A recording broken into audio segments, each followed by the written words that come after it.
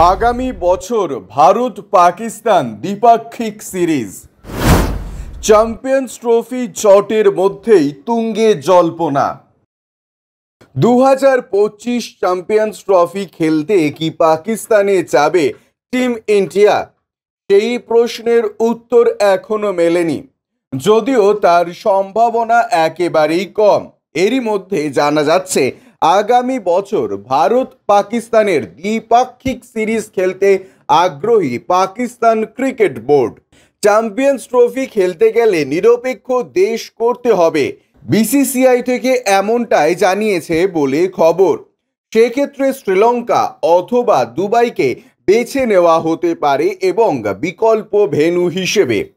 সেই জট কাটার আগেই শোনা যাচ্ছে পাক বোর্ডের নতুন প্রস্তাবের কথা। রিপোর্টে জানা যাচ্ছে দুই দেশের মধ্যে দ্বিপাক্ষিক টি-20 সিরিজ খেলতে আগ্রহী তারা। তবে ভারত যে দেশেই যাবে তার মাথার ওপরেই কোনো নিরপেক্ষ জায়গা হতে পারে সেই সিরিজ। কবে হতে পারে এই সিরিজ? জানা যাচ্ছে 2025 চ্যাম্পিয়ন্স ট্রফির পরেই ভারতকে আমন্ত্রণ জানাতে পারে পাক বোর্ড। তাদের একটি সূত্র সেই বিষয়ে জানিয়েছেন এই প্রস্তাবটা মহসিন নকভি জয় শাহের সঙ্গে মিটিংয়ে আলোচনা করবেন। চ্যাম্পিয়ন্স ট্রফির পর দুই দলেরই যখন কোনো ম্যাচ থাকবে না, সেই সময় সিরিজ আয়োজন করা যেতে পারে।